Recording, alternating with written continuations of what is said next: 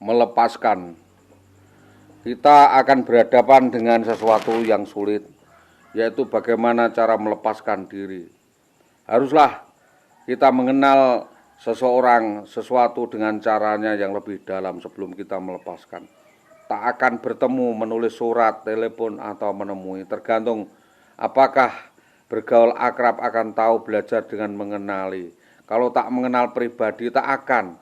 Yang kita ikat di dalam dunia terikat di dalam surga. Barang siapa haus, minumlah. Barang siapa lapar, makanlah. Di dalam hatinya ada aliran air hidup. Kalau orang percaya mesti baca aliran-aliran air hidup.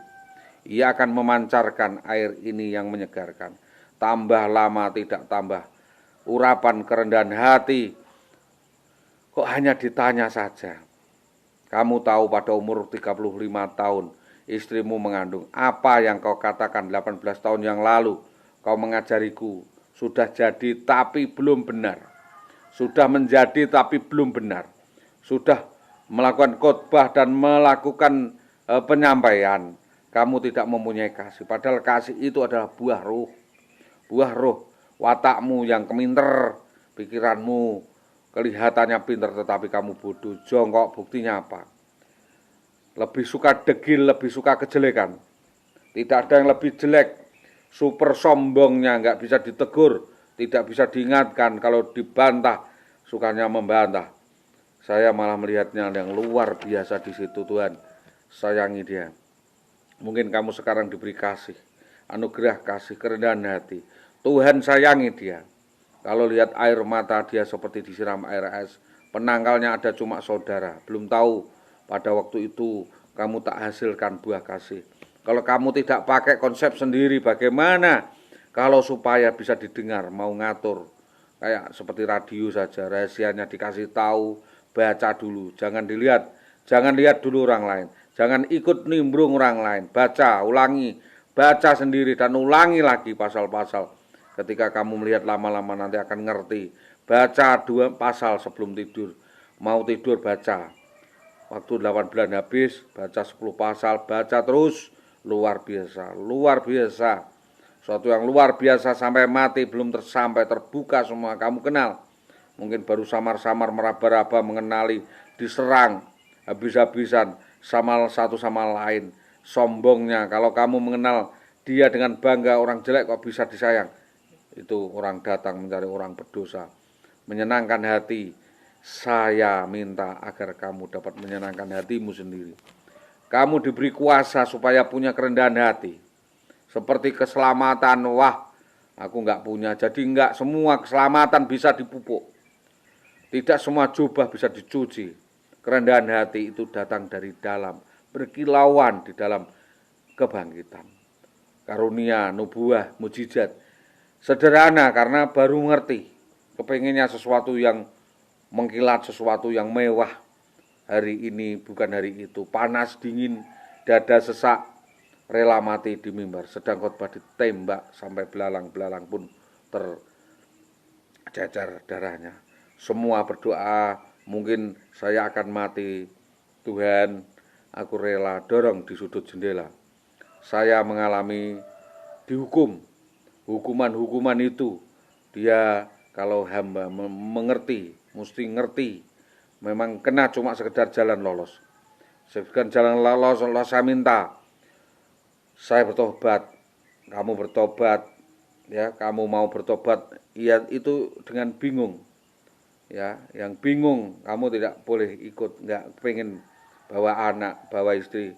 Kamu adalah utusan pribadi. Pernah itu sekali terjadi, yang kamu yang sudah siap. Kamu lihat satu hati pulang ada arah-arahan. Kok lucu ya? Apa sampai rumah tempat tidur kok enggak karuan dan lain sebagainya.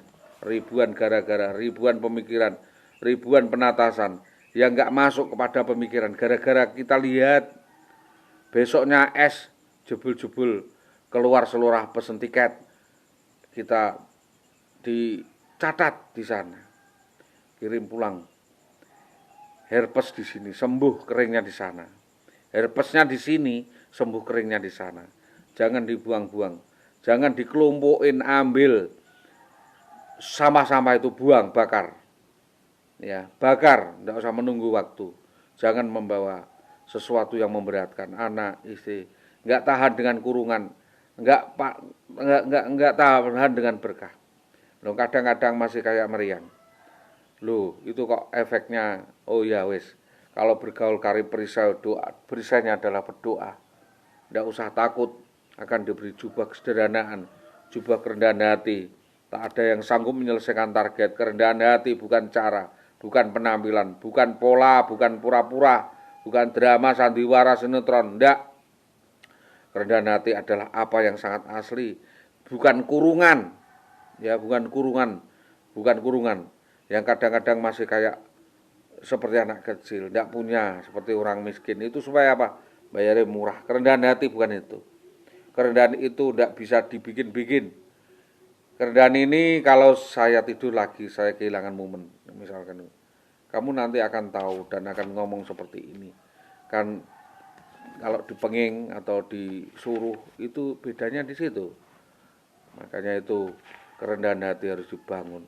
Orang hidup dalam kerendahan hati itu harus diberkati. Orang yang hidup dalam kerendahan hati itu berbeda dengan orang biasa. Karena apa? Karena mereka selalu melakukan pekerjaan-pekerjaan yang hatinya penuh rendah.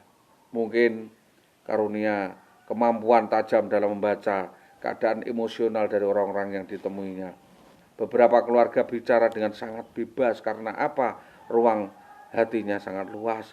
Dengan orang lain yang memberikan pelayanan dan rendah hati. Dalam doa, dalam hati, pekerjaan dilakukan dengan sederhana, dengan sangat teliti, dan kata-katanya diucapkan dengan kasih dan hati-hati. Ketika anak-anak kita dirasa agak membaik, seringkali bertanya kepada kita tentang apa yang salah dengan mereka dan kapan mereka bisa sembuh. Katanya, saya selalu mencoba untuk berbicara dengan bahasa yang mudah mereka mengerti, meskipun mungkin menggunakan istilah yang rumit. Namun kita harus jujur kepada mereka. Di dalam seringkali sangat merasa terharu apabila ada pasien yang meninggal. Kalau itu melakukan pendekatan dengan keluarga pasien setelah hubungan dengan orang tua di pasien meninggal, terjalin ia berbagi rasa dengan mereka, merupakan satu penghiburan bagi Oli. Adalah saat ini dan ada orang tua yang berkata padanya, pikirkanlah dari setiap anak yang mati, engkau telah menolong 10 anak lainnya. Petrus 4:10:1 berkata, layanilah orang akan yang lain sesuai dengan karunia yang telah kau peroleh tiap-tiap orang sebagai pengurus yang baik dari kasih kurnia Allah. Ada banyak karunia roh, jadi ada banyak cara dan kesempatan untuk menggunakan 1 Korintus 12:4-6. Keputusan untuk menjadi seorang perawat, seorang yang merawat adalah salah satu contoh sederhana dari orang serendah hati, dari orang yang percaya, yang mempersembahkan kehidupan untuk melayani sesama. Bagaimana dengan Anda? Sesudah Anda mengembangkan karunia, sudahkah Anda mengembangkan karunia yang diberikan Tuhan dan hidup Anda melayani sesama? Haleluya.